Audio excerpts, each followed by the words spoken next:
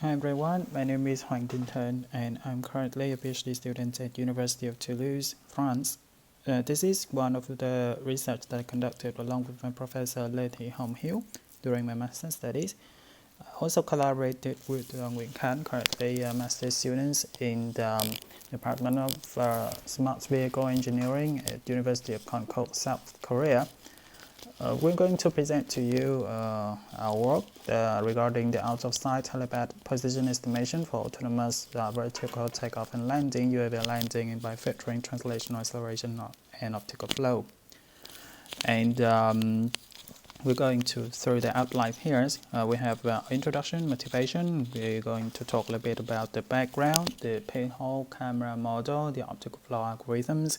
We're going to talk about the linear time varying Kalman filter regarding the state propagation measurement model that we adapted in our algorithm. We'll also present to you some results in the correlation analysis. That's basically just a mathematical proof about the convergence of this algorithm. I'm going to present to you some preliminary experimental results compared with the ground truth values obtained via another method using the Enrico tag, and finally we will reach out for a conclusion about the algorithm. For the introduction of the problem, so what we are going to solve is that the autonomous landing problem. So the autonomous landing problem is very desirable because landing is always the most vulnerable flight phase. Most of the crash of loss of drones, they usually happen in the landing phase. And we also have another site for very important implications of applications such as in the, last mile delivery, where we have a fleet of drones operating autonomously in a city or urban area, for example. And to ensure continuous autonomy, we have to recharge the drones continuously. And it is well known that we have to place the charger coil very precisely on the battery, on the charging compartment. Otherwise, the charging efficiency will greatly degrade. So, if we want to solve the wireless charging problem with drones, then we have to deliver a level of accuracy that seems that conventional methods using satellite-based navigation with GPS, precision landing, that seems almost impossible. And currently, for most approaches in autonomous landing, we see that the landing process must be restarted with temporary perturbations. For example, like moving the drone out of the camera side.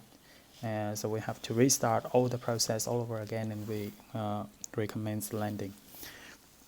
But it's actually quite a different thing if we try to piloting the drones. What should we do? Okay, so we some sort of have a memory of where our drone is compared to the helipad, and even if we temporarily lost the target, we still have a sense of where the target is, and we can easily pilot the drone back to the desired landing helipad without restarting the entire landing process. So for ensuring autonomy, it is usually the case that we are running low on battery, and therefore we should reduce the maximum number of attempts that we try to land the drone. Okay, so here we try to borrow some ideas from the human visual system. So we see that this is a retina located in our eyes, and the signal will propagate through a very different sections of the brain that is associated with different tasks. And currently, as far as I know, that the V1 region of the brain is one of the most studied, and the second one is the MT neurons. So the MT neurons, you see that they are located right over here, and they seems to convey so they have a very specific activation patterns with respect to the optical flow in different directions. Okay, and this and the output of these neurons is that the optical flow of different directions. So they essentially sense the motion, and then they convey this information to further for further processing in other regions of the brain. And this is very important because this information regarding the optical flow will also reveal the information about ego motion, and combined with all the signal, for example, like the balance, the attitude of the body obtained from the cochlea in the inner ear. We could the brain can have a very good sense of where the ego is regarding the environments. So the basic idea is that we want to only have extract the information from the motion, from the optical flow alone. We don't want anything to do with something like object recognition, semantic recognition, and so on. We just want the motion information, and this motion information are directly related to the information about where our self is with regard to the environment. So this is very similar to the problem that we're trying to solve. We're trying to solve a problem that is to locate ourselves with respect to the landing helipad. So this is basically the same problem. So what we're going to do is that, okay, so from here to here, we already have an equivalent algorithm in computer vision. We can use Lucas Canady, one of a very well-known optical flow extraction from a series of photo stream. The retina can be imitated by the camera, and we can use the Lucas Canady algorithm to take it directly to the optical flow, and then how we are going to process the optical flow, so that our work is going to resolve this problem from optical flow onwards. So let's review some basic tools that we'll need along our journey. We're going to need a pinhole camera model. This is undoubtedly one of the most simple camera model that we can ever find.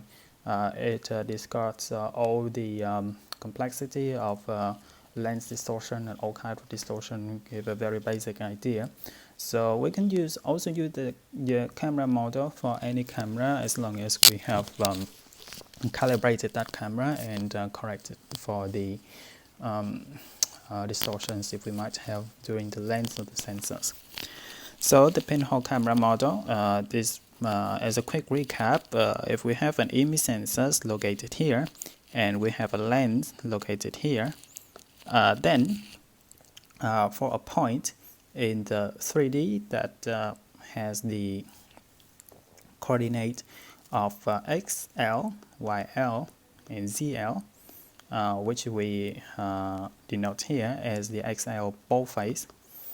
Okay, if we have that point XL over here, then what is the corresponding point on the image plane? So from basic optics, we know that we can get a ray through the optic center of the lens, and it lands on the sensor at a point that we call XE over here. And this is the formula for like projecting a point in 3D space to an image plane. And we can definitely see that originally we have 3 dimensions vector, and finally after projection we're only left with 2-dimension vectors. So the projection mapping is a mathematical mapping that does not conserve the information and actually lose 1 degree of freedom. And this loss actually causes a lot of headache that we try to resolve later. Okay, so now let's move on to optical flow. The optical flow is basically, for example, if we give 2 frames consecutively, we have one interesting point in it. Let, for example, be a car that is traveling from left to right. So we see that on frame 1 is located at that position, and at point 2 is located at this position. What we could do is that, for example, at frame 2, we can calculate the distance between the point, between the the position of the current position and the position in the last frame, and we call it the D. And this happens in two axes, right? On the x-axis and y-axis. That's why we have the x and dy, and we have xe and ye, which is the position of the point on the image plane. It's basically the same as this. So we also use an accelerometer, because without an accelerometer we have to deal with the problem called scale ambiguity. So that means that our map, after we have done, they are in some unit, and we can't comprehend that unit. We can't know how many units of that map corresponding to the to a real map in real life. We don't know about that, so we will want to avoid the problem by tossing in an accelerometer. There are actually two ways of solving the scale ambiguity. The first one, very direct and very simple. We use a depth sensor. So we have a lot of sensors out there that could map depth, but the disadvantage is that the depth sensor has very limited range. So we toss in an accelerometer, and we actually have two ways to put in the acceleration.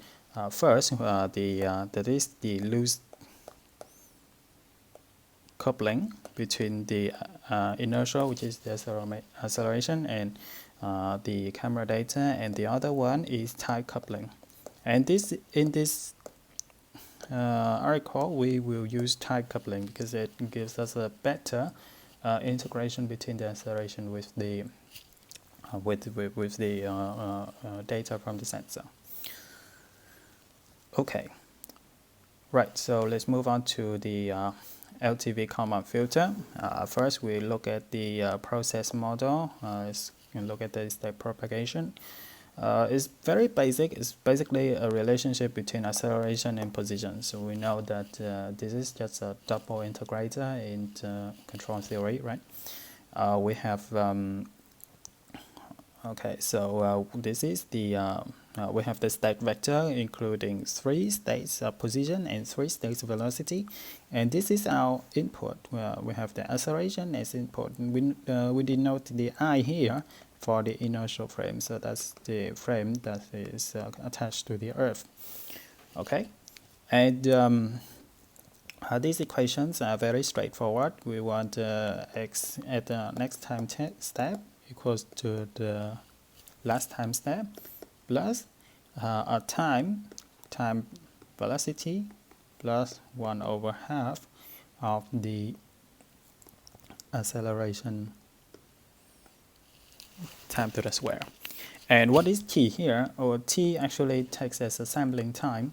We want to integrate over a discrete integration. But we'll see later that we don't have the intention to keep this t constant throughout the algorithm, because it relates to the error. If we don't do that, then we actually have a very fast accumulation of error, which can lead to wrong estimation in a very short period of time. Okay, so that's the state propagation. Let's move on to the process noise model. So this is the model of the sensor acceleration that we're actually using in this paper. As we can see that we have two noise model here and here. We denote that this one is intrinsic to the accelerometer, and this one is intrinsic to the attitude estimation, because the attitude estimation relies on both the accelerometer and the gyroscope. So actually these two terms are correlated, and we use the exponential map to denote the error in attitude estimation. We can use the attitude estimation, for example, like a Sebre Kalman filter, the problem has come up enough in literature. And we can actually prove that this quantity right over here is a bias estimate. It's not a non-biased estimate. So this is not a good thing for the LTV comma filter, but it is biased if we count up to the second degree of the gyroscope and the accelerometer noise. So in this thing, we can get the variance of the error from the estimation, and this usually falls into less than a degree if we use a high quality sensor and our algorithm is well calibrated. And for the accelerometer, well, the accelerometer is very noisy, but since if we have a very good altitude estimation, then we can theoretically say that all the second degree noise can be bypassed. Now let's move on to the measurement model. And this is where most of our work will focus on. So we take inspiration from the work of Feng Tan, did in 2018 at MIT with Professor Slotin. And we adopt the visual measurement model to convert the problem from nonlinear Kalman filtering to linear time varying Kalman filter. So this is a big deal because we're saying that our problem is going from nonlinear to linear but time varying. So how do we do that? So this is, so you see here, they are the pinhole camera model, and then we just rewrite it under this phrase, and now we end up with the measurement model for the pinhole camera model. It looks like this. Okay, so here we see that this is the state vector, right? And here we have a matrix that pre-multiplies, so this is a linear model, and these are actually not constant. They are time varying because they involve the XE and YE. They actually move as the object moves across the screen. And the F here is the focal length of the lens, and then do not change. Okay, right. So if we replace this state vector here, x, y, and z, so that we infer these x, y, and z. So this x, y, and z stands for the distance between the camera and the landmark.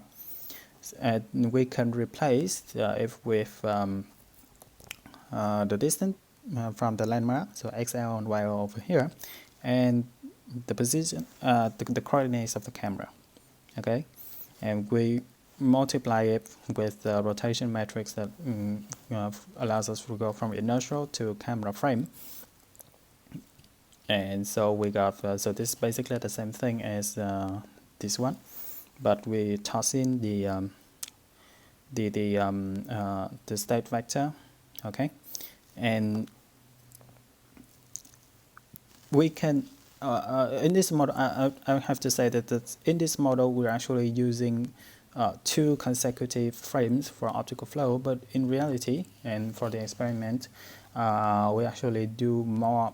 Incorporating more data from the previous frame, so that for example, if we have a point, we're going to track it over time. We have frame 1, frame 2, frame 3, frame 4.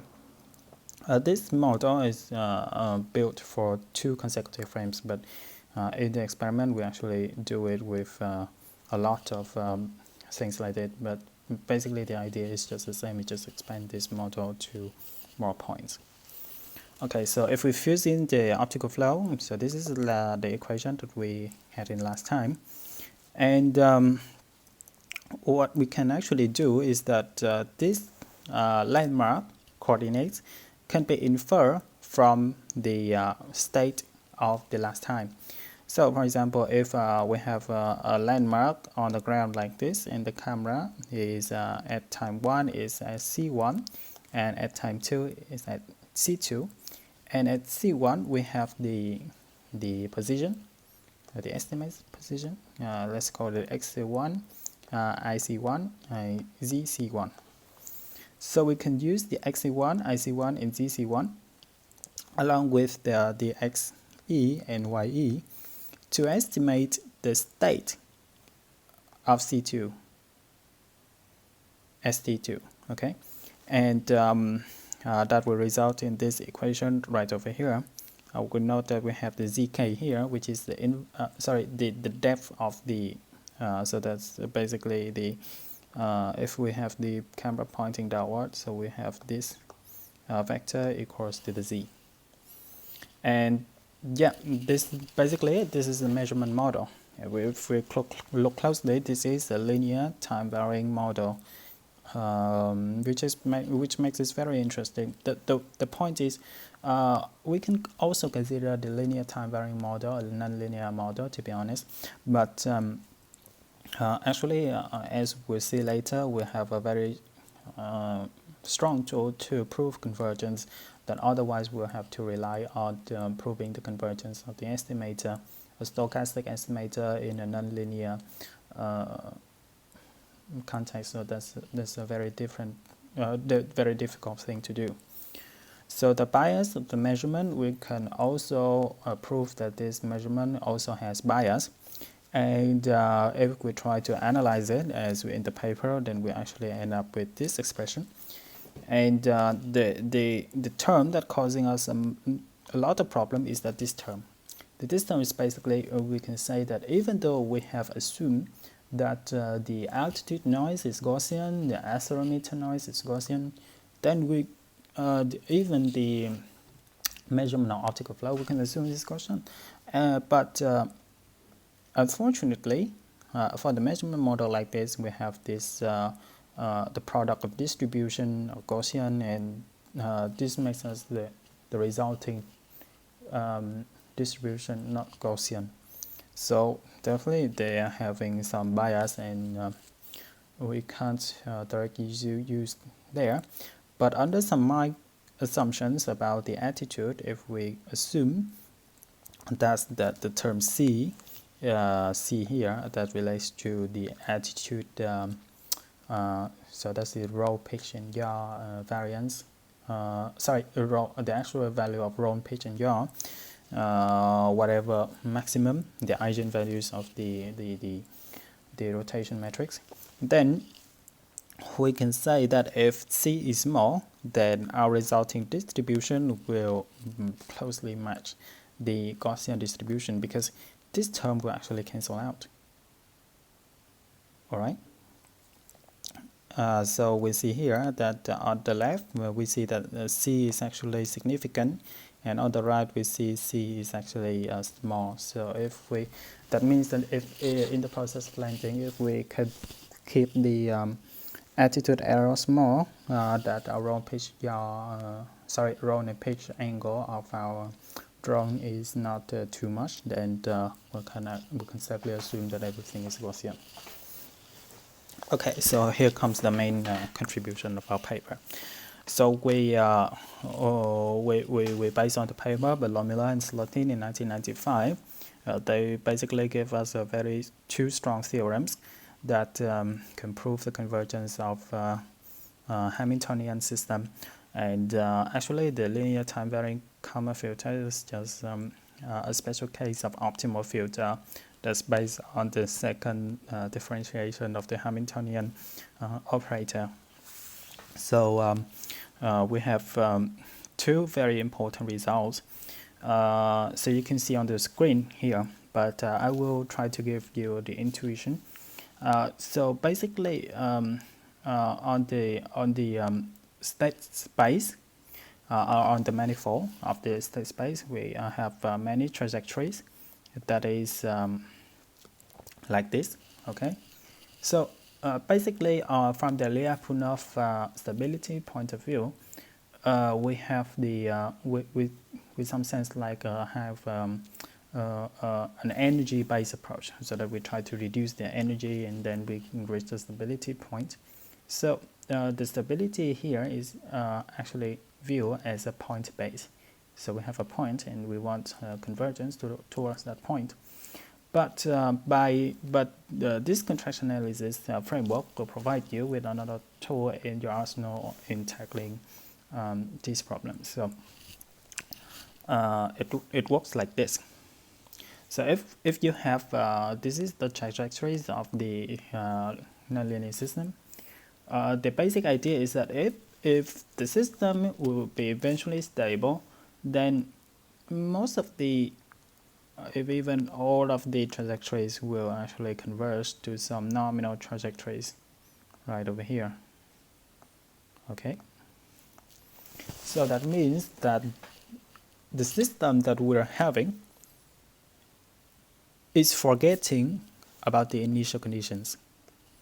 In I1, I2, and I3, they are the initial conditions of the system, and they're actually not important once the system has been running for some time. You can say that this is also based on real resemblance to the Markov chain, but I'm not really sure about that school of idea. Right. So the point is, if we can prove that the distance between any two trajectories is actually reducing, then we don't even have to find where the stability point is to extend our analysis around those points, but we only have to concern about the distance between two trajectories, and we can prove that it's decreasing with time, right? Uniformly decrease with time, then we can end up in a stability point. We don't even have. So this basically gives us a very intuitive idea about. It's just like fluid mechanics. We can use the differentiation, the variation to prove stability, rather than we do it in an energy base. So this is a paper by Lumila and Slatin, and we can use those, and we can prove that for the given process model and the measurement model that have been given in the previous slide, if these conditions are qualified, and also please note that we have the uniformly bound, and if we also have the condition of a uniform uniform bound of the covariant matrix, then this will actually the system that we propose will exponentially converge to its estimates globally. Okay, it actually converges to the mean, and then the mean will converge to the true value, which we prove that is not biased too much under the law of large numbers. Okay, so this is quite long proof, and it's not very trivial to prove, so I recommend you to see the full proof in the paper. Okay, so here comes the experimental results. So we use the Raspberry Pi 3B with an ADIS 16450 from analog device with Pi Camera V2 for motion capture. It's basically a black box. And then we develop a calibration algorithm and data acquisition, which we shall present this result in a self-read paper. But we eventually run into the problem of multiprocessing. And yes, because the Raspberry Pi 3B is quite limited hardware, and we're actually doing a lot of calculations like saving the frames, managing memory, inputs, outputs. We have to and run this algorithm on top, so we have a lot of things doing behind the scene, and this actually caused a problem because our algorithm was originally prepared in Python, and it was very not good framework for multiprocessing, so we have to rewrite it from scratch to enable multiprocessing, and then we let the optical flow, the camera capturing thread and IMU thread on a single core. We have the Lucas-Canedy algorithm running on another core, and finally we dedicate the entire core of our algorithm so that it can basically match the real-time performance. And we use the AeroCode tag, which is basically a fancy version of APRO tag. for reference results. So we don't have a motion capture system back in Ho Chi Minh City University of Technology, but we decided that based on the evaluation of the AgriCollTech performance, we can see that it could actually give us a fair sense of, and at least it's an unbiased estimate of the read-through precision. So this is the result that we are actually observing. As you can see here, the solid lines, we have 3 solid lines with 3 different colors, and these colors, each solid line depicts the estimation of our algorithm. We also have these separate points here. You see they are also in 3 colors. Each color represents an X, Y, and Z component. So that the basic graph here means that our blue line will try to follow closely to the blue dots.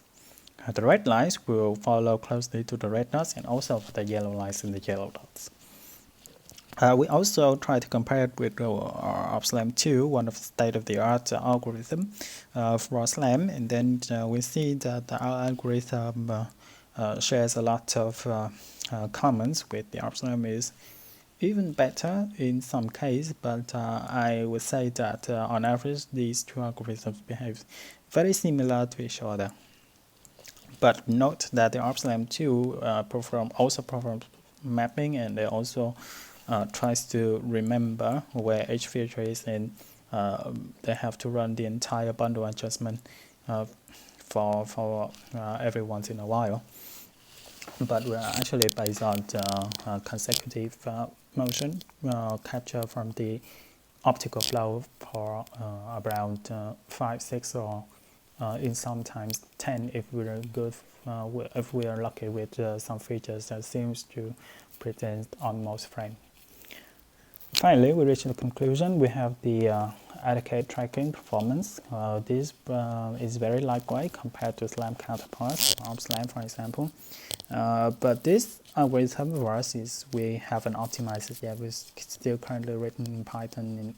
And, there has to be some written in C language for better execution time, I believe. And the problem is that we try to keep the altitude small while landing, right? And for the future work, at this moment we don't have any plan with this future work, but we believe that this still holds a lot of potential for application in real world, for implementation, both for implementation in the realistic part and the theoretical part. We can prove we can try to estimate the upper bound of the estimation, and we try to walk around like the tossing in a limited number of features to be mapped to see if we can get our algorithm stable in estimation for a longer period of time. So that's it. Thank you very much for your listening. I hope you enjoy the presentation. If you have any questions, you can send me an email, and I'll be happy to respond.